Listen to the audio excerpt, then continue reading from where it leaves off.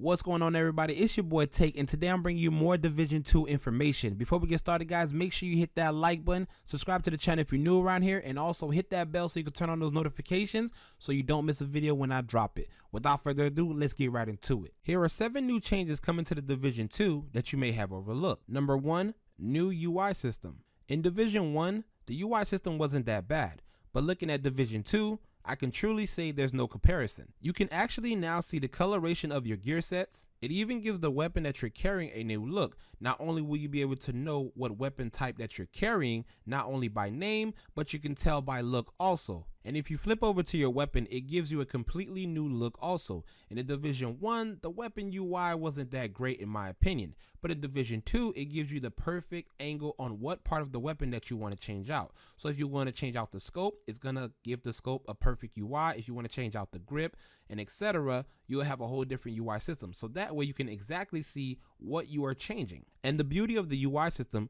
doesn't just stop there. Remember how frustrating it used to be looking for a particular mod to put on your weapon? Well, now the new UI system in the Division 2 gives us a better look at all our mods right dead in our face. If you look at the screen, as you can see, all your mods are right there. There's no more going through all that clutter looking for a particular mod by a particular name and particular stats. Right now you can see all your mods. If you're looking for a scope, the scope is in front of you. If you're looking for a certain magazine, that is also in front of you. If you're looking for a grip, well, you get the picture. Also, if you take a look right here, this is something that you may have not noticed. This is also new to the new UI system in Division 2. They now also give you a full calculation for how much ammunition that you're carrying for what particular weapon. Also, if you look just to the right of that, you can see they give you a full detailed description of what gun you're carrying, its pros and its cons. Like it says, submachine guns are high stability and they're very high in critical hit chance, but they do very bad in short range gunfights. Just under that, you can see your mods are right there in your face. And when highlighting the mods, it now tells you just to the right, it tells you every weapon that this mod can technically fit on top of. Well, that's not really new. They had that in Division 1, but the way they have it set up now, I think it's pretty dope. And seeing that we are already on mods, that's number 2 on my list. In Division 1, inventory space was a big hassle. And to blame for that was your mods. Your mods was probably like 80% to 90% of your inventory space. Well, in the Division 2, we no longer have to worry about that. Mods no longer take inventory space. Now, when you collect a certain mod, they fit on everything. You heard what I said. They fit on everything. There's no particular mod that cannot go on a particular gun anymore. So if you want to put a sniper rifle mod on top of a shotgun mod, so be it. And just so you can get a better understanding of what I'm telling you, in Division 1, when you had a particular mod on a certain weapon, sometimes you would have to take that mod off if you didn't find the exact replica in the dark zone or wherever you was playing in PvE or PvP, and then you would have to apply that mod to the other weapon that you wanted to use because it gave it better stats.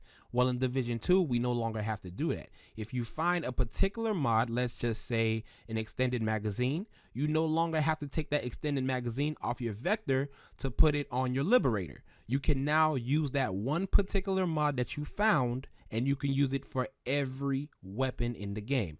That is a game changer because it was so frustrating changing from one mod to another mod, and then you probably don't want that gun anymore and you end up dismantling it. Guess what? You just deleted one of your OP mods, and that was very frustrating. I'm sure somebody could relate to that. So that's pretty dope. They added that in Division 2. Coming in at number 3, let's talk extended magazines. In Division 1, extended magazines, the way it used to work, it was more by bonus percentage, which was like a fake number. You know, they would just throw a number in there. So you can get a magazine that already holds 30 in it, but then you might get a bonus extended magazine and it might say something like 21%.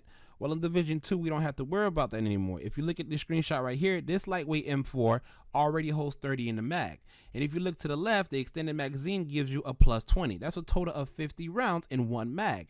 Well, what they're going for is more realism in the game, because that magazine right there and all the other magazines that's carrying on in the Division 2 are going to be giving you the exact amount of bullets that it requires for that particular magazine. So no more smoke and mirror numbers, and I actually like that. That's a pretty good change to the game to give it more that authentic real life feel to the game like that. Moving right along, coming in at number 4, we're going to be talking about how armor works in Division 2. The new armor plate slot on the new UI system, if you look right here to the bottom right, is the indication of your armor, the armor bar that's above your health. How is this going to work? Well, The new armor plate slot represents the new armor bar and the mechanics above your health. When your armor is taking damage, you must press a certain button to actually pull the old armor out and replace it with a new armor. This in itself is a big game changer, and this would be something that everybody who's played the Division is going to have to get used to. The reason why I say that, because in the Division 1, the way you would get armor in the Division 1, basically you would pop a heal. You would pop a heal whether it's a med kit or if you pop a heal on the ground. And on top of that, when you do that, on top of your health, you would have this little green bar that would give you armor. Once you start taking damage, of course, that starts depleting, and then your initial health starts taking damage. Well, now in the Division 2, you actually have to find a safe cover, and your character will do a full animation when he pulls out an armor plate from under his vest and replaces it with an entirely new armor. And not to mention, while doing that animation, you can't shoot. So yeah, that's a game changer. I'm not mad at that. I actually like that. It gives it more of a real life feeling to it. Next on the list, let's talk DPS. In Division 1, next to the weapons, one of the main stats that people used to go crazy over was the DPS, damage per second. Well, in Division 2, if you guys notice, look on this UI system next to these weapons, there are no longer DPS in the game. So that is going to be very interesting to see how everybody interacts and act towards that. That was something that caught my eye at the last second. I too didn't realize that until probably breaking down the video. I said, wow, no more DPS. And a lot of people used to get caught up in the DPS. So I'm actually happy that it's not in the game no more, because a lot of the time, guys, DPS at some point of the game was nothing but smoke and mirrors. I used to preach that a lot. And a lot of other Division content creators used to do the same as me. People would get so mad because they could never figure out why they had so much firearms, so much DPS, but they build just wasn't hitting as hard as they wanted to. And it was just so much more than just DPS that played into the Division 1. We're going to see how this works and how they implement this into the Division 2, because this is interesting. And the last thing on my list, I'm going to call this category best in slot. The only way you had to figure this out is if you was listening to some of the Division podcasts that was going on before the E3 wrapped up. One of the devs said something in that E3 conversation which was very interesting, and I was like, whoa, this is going to actually change the game for a lot of people. In Division 1, there were some things that you had to run a certain way. And what I mean by that, were there were certain mods that you had to put on certain weapons to give it the best of the ability that it deserved. Like, assault rifles were not very big on critical hit chance, so your mods would have to make up for the lack of critical hit chance that the assault rifle carried, etc., etc. Well, in Division 2, guys, that is not a factor, okay? Basically, what I'm trying to tell you is that there is no more such thing of best in slot. You guys remember I made a video about that. That was like one of my best videos on this channel to this date. I don't think I'll probably be making any more of those videos, because apparently Division has changed that going into Division 2. Mods are now meant to modify your playstyle. They're not meant for best in slot. So therefore, if you look at this screenshot, picking a certain mod is going to give you a positive in one area, but you're going to get a negative % in another area. So there's pros and cons to mods now. So basically, it's how you play and how you're going to build your character that's going to benefit you. There's not going to be a meta.